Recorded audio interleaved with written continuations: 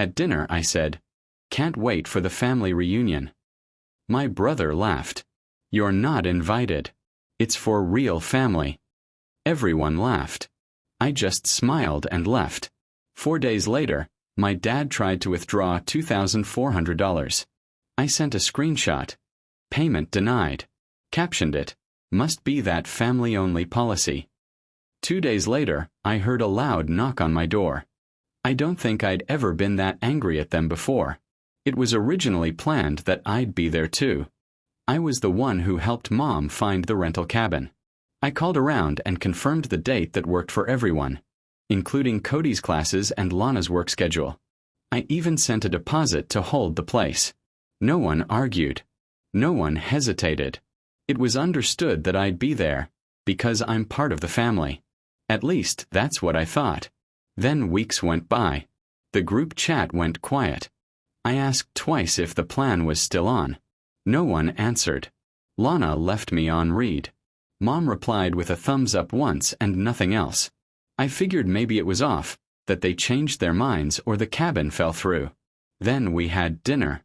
My sister brought Dylan again, which always meant Mom would make her famous chicken Alfredo. I showed up with wine as usual. I even offered to cover the grocery bill on the way there, again.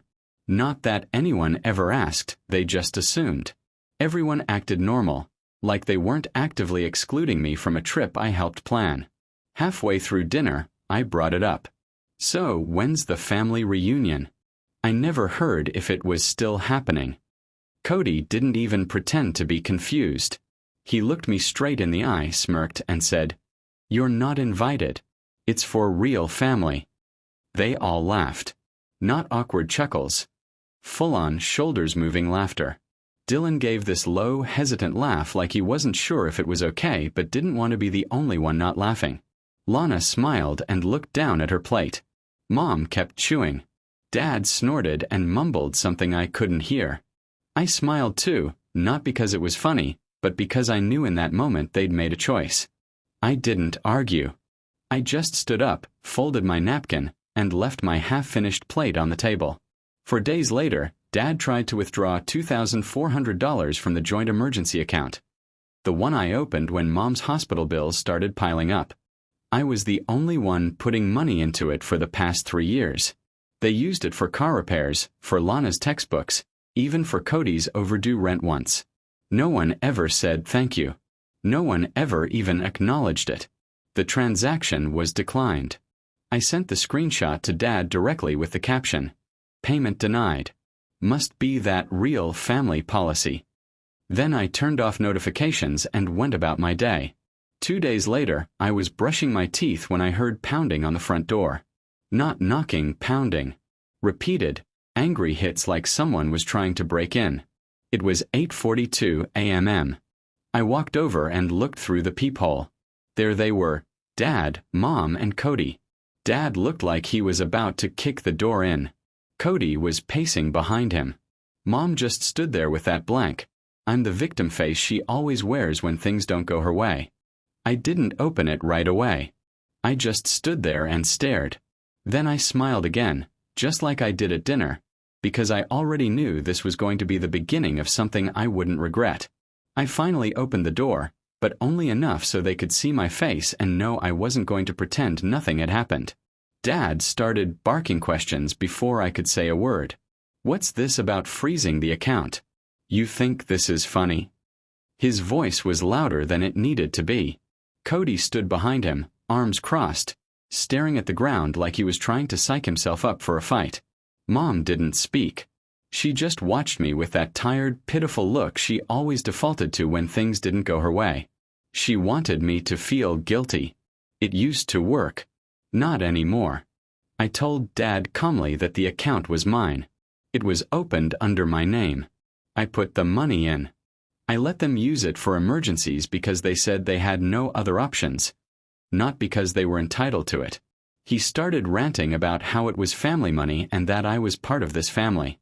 I smiled and told him that wasn't what I heard at dinner. Cody jumped in before Dad could speak again. "You seriously took that joke seriously?" He actually laughed. "You really think we were being serious?" I told him, yeah, I did. Because no one corrected you. No one said it was a joke. They laughed, and then they all stayed quiet when I walked out. Cody told me to get over myself. I told him he could get over the canceled vacation. That's when Mom's eyes widened. Canceled. I nodded. Charged back the deposit. I booked it. I paid for it. The reservation's gone. Should be getting the refund this week. They were quiet for a second. Then Dad exploded. You what? I repeated myself, slowly, clearly. Fully. They hadn't just excluded me. They'd used me to secure the cabin, then cut me out without a word. And they thought they'd get away with it. I reminded them that I was the one who made the calls, paid the down payment, followed up with the rental company. I did the work. They took the trip. They didn't think I'd fight back. They thought I'd swallow it like I always did. Cody kept muttering, saying I was acting like some villain from a courtroom drama, that I was playing lawyer again, like it was some costume I put on. I didn't answer that. I just looked at Mom and asked if she remembered the emergency dental work she had last year. The one she didn't want Dad to know about. I covered that too, I said quietly. Without receipts. Without judgment. She nodded slowly. Then I turned to Dad. The hospital copays, the overdue car insurance you kept forgetting to pay, the medications for your blood pressure, that was all me, Dad. I saw something flicker in his eyes, but it wasn't gratitude. It was panic. Then I looked at Mom again. And you, the credit card you opened in my name 3 years ago. The one I didn't report. You remember that, right? Her face went pale. She looked at the ground. I paid it off, I said. Let it go. But not this. Not anymore. They weren't stunned because they didn't know. They were stunned because I said it out loud. I didn't let them keep the image they'd worked so hard to protect.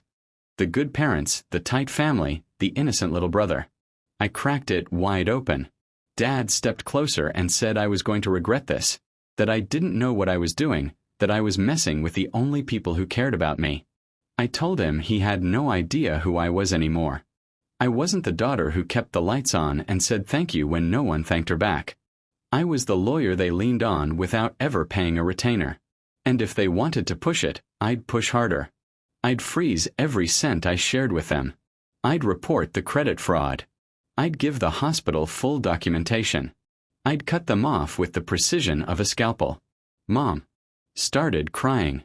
Cody said I was heartless. Dad called me ungrateful. I told them I was done being useful to people who saw me as an ATM with a law degree. Then I closed the door and locked it. I didn't cry. I didn't scream. I just sat on the couch and stared at the ceiling. I felt like a fuse had finally burned out, leaving behind nothing but clean silence. I wasn't angry anymore. Just relieved. 2 hours later, my phone rang. It was Grandpa. He didn't say hi. Just, Monica. I heard what happened. You're not wrong. I'm on your side. You let me know what you need. And for the first time in a long time, I didn't feel alone. The silence after Grandpa's call was different. Not the usual kind where I waited for guilt to creep in. This time there was just space. Breathing room. A clear line between me and them. I hadn't realized how much I needed that. I didn't hear from anyone in the family for 2 days. Not a single call or message. Then Lana texted. She wanted to talk. We met at a small cafe near her work. She didn't bring Dylan. She didn't smile when she saw me. She just sat down. She came over and said, "They're losing it. Mom's not eating. Dad's talking about suing you." I raised an eyebrow at that. Suing me over what? Their feelings? She let out a small laugh. Don't worry, he won't. He's just furious. They think you're trying to destroy the family. I didn't say anything. I just let her talk. She told me they blamed me for the trip falling apart, that everyone was mad at me for canceling the cabin, even though I was the one who paid for it. She said, Dad's been calling relatives, spinning some story about how I'm unstable, how I overreacted, how I threatened legal action for no reason. They're rewriting the whole thing." Then she added softly, "They're making it sound like you lost your mind." I nodded. That wasn't new. My family had a long history of twisting reality into whatever version made them look like victims. Then she paused, looked down, and said something I didn't expect. "I think they're lying to themselves." I looked at her. She didn't meet my eyes. She said she'd started going back over everything. How many times I'd covered for them, how often I'd bailed them out. She remembered the night I sat in the air with Mom until 3 a.m. because no one else could be bothered. She remembered how I gave her money when she lost her job and never once asked her to pay it back. How I helped her rewrite her resume, helped her practice for interviews, even bought her a new outfit for the one she landed. She started crying quietly. No scene, just the kind of tears that come from something breaking open after being shut for too long.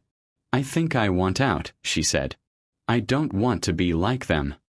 I didn't know what to say at first. This was the same sister who had sat laughing while Cody made that real family joke. The same sister who ghosted my messages when I asked about the trip. But now she was seeing it finally. I asked her where she'd go. She said she had a friend in Colorado who offered her a room for a few months. She wanted to move. Start fresh. But she didn't have the money to get out. She said she was stuck. I opened my purse, took out my checkbook, and wrote a check for $7,000. Then I slid it across the table. She stared at it like it was radioactive.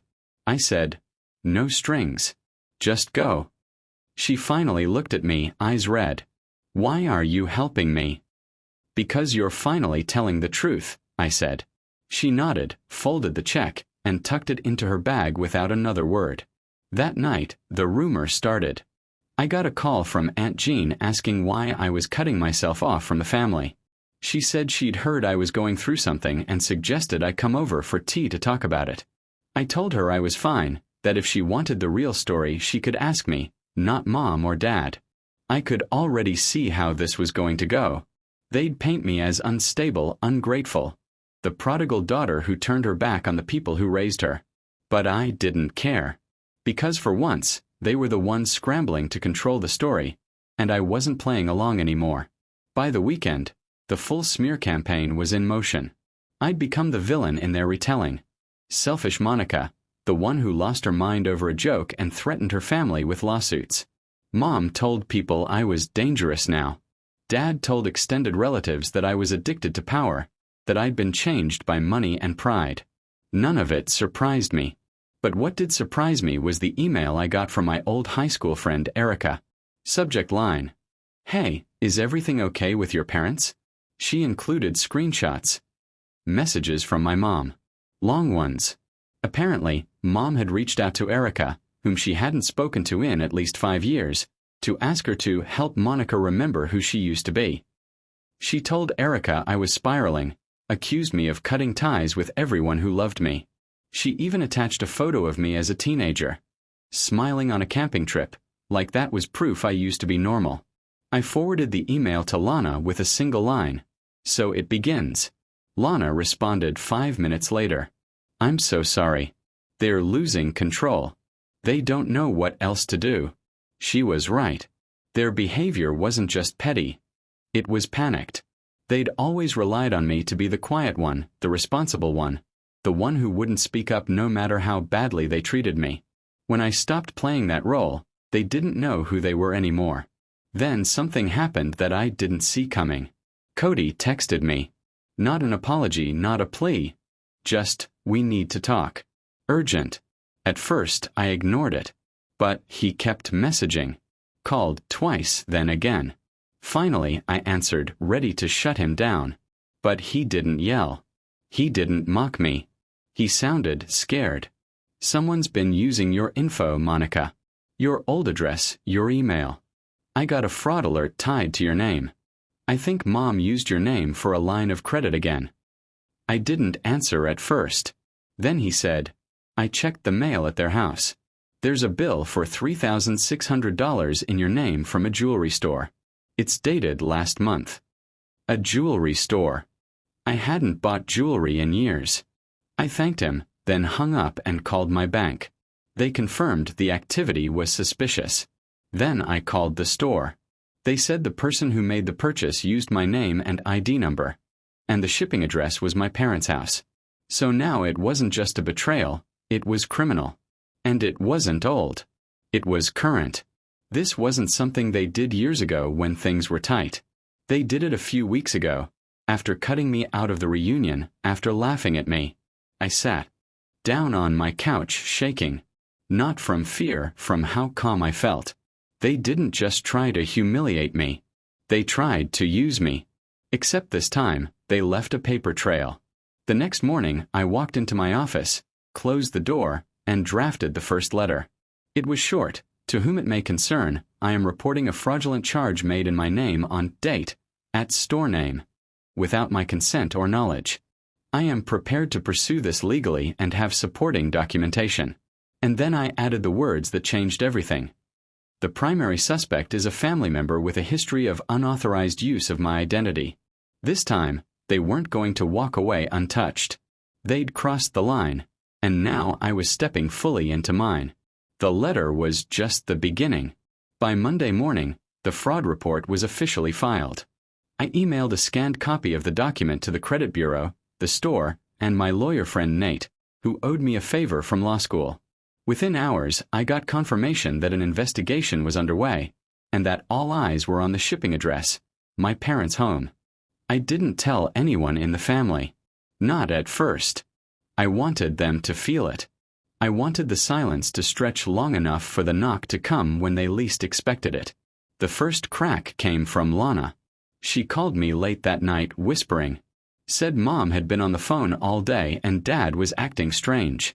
Someone from the bank had called, asking to verify an account. Lana didn't know the details, but she knew something was off. Then she said, "They're scared, Monica. Really scared. I think they know something's coming." I told her something was coming. She asked if I was serious about pressing charges. I said I wasn't bluffing. And surprisingly, she didn't try to stop me. "I get it," she said. "I really do." 2 days later, the phone calls started. First from Mom, then Dad, then Aunt Jean, then Cody. None of them left voicemails, just missed calls over and over. Then finally, a knock at my door. I checked the camera feed before opening it. It was all 4 of them. Mom, Dad, Cody, and even Aunt Jean, who must have driven in from upstate. They looked exhausted, like they hadn't slept. But their faces weren't apologetic. They were tense, angry, like I had betrayed them. I opened the door just enough to. I made it clear I wasn't inviting them in. Dad spoke first. "You really went to the police." I didn't answer. He already knew I had. Mom jumped in, talking over him, trying to guilt me. "We didn't mean for things to get so far. We were under stress, Monica. Financial pressure. We thought you'd understand." "No," I cut in. "You thought I'd stay quiet again." Cody said I was blowing things up that didn't need to be, that no one had gotten hurt. I asked him if using someone's identity to buy $3,600 in jewelry was nothing. If pretending to care while stabbing them in the back was normal. That's when Dad snapped. He stepped forward like he was going to get in my face and said something about me ruining the family, about how I was turning my back on blood. I told him he had 5 seconds to step back, or I'd press harassment charges too. He stopped. And then something happened that caught everyone off guard. A car pulled into the driveway, slow and deliberate. It was Grandpa. He got out without looking at any of them, walked right up to the porch, and stood next to me. "I thought I made myself clear," he said. "Leave her alone." Dad started sputtering something about family and unity and how I was being manipulated. Grandpa just shook his head. "You've manipulated her long enough. She's not your crutch. She's not your bank. And if you've committed a crime in her name, you're damn lucky.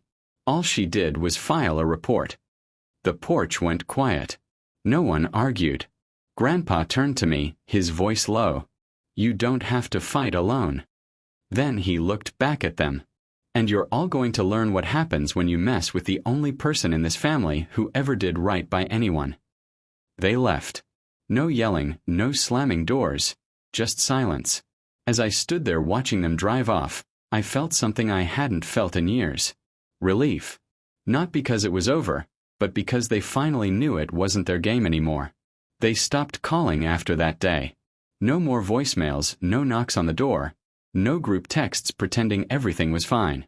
It was like someone had cut a wire in the family tree, and the branches just fell away.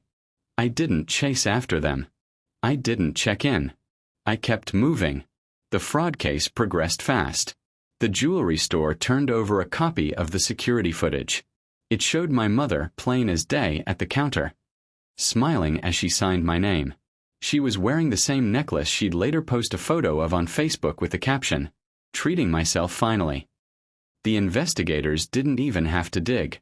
The charges were dropped at my request. I had no interest in seeing her dragged through court. That wasn't the point anymore. They needed a wake-up call, and they got it. From that day forward, they knew the limits. I had drawn a line, and I wasn't stepping over it again. Lana left town a week later.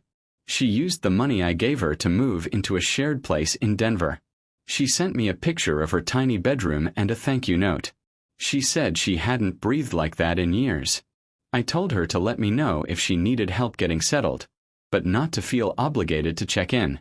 She said, "I'm not doing this to stay in your good graces. I'm doing it because I finally want something real." We haven't spoken since, and that feels right. Not out of anger, just peace. Then came the final act. My parents started telling anyone who would listen that I had torn the family apart, that I had manipulated Grandpa, that I'd brainwashed Lana and poisoned Cody. They told neighbors I was unstable, a disgrace, ungrateful. Someone from church even sent me a screenshot of a prayer group message my mom had written. "Pray for Monica. She's lost her way and is trying to destroy us." I didn't respond. I didn't correct the story, because the truth didn't need defending anymore. Everyone chose their own version of events. That was fine. But for once I was living mine, and only mine. No guilt. No forced obligations. No dinners where I footed the bill and left hungry. No loyalty to people who saw me as a utility until I made things inconvenient. Cody never apologized. That didn't surprise me. He stayed with our parents like nothing had changed. Maybe for him nothing did. Grandpa calls sometimes, just to chat. We don't talk about them anymore. We talk about his garden, the weather. He asks about my work. Tells me he's proud of me. That's all I ever wanted to hear anyway. So that's how it ended.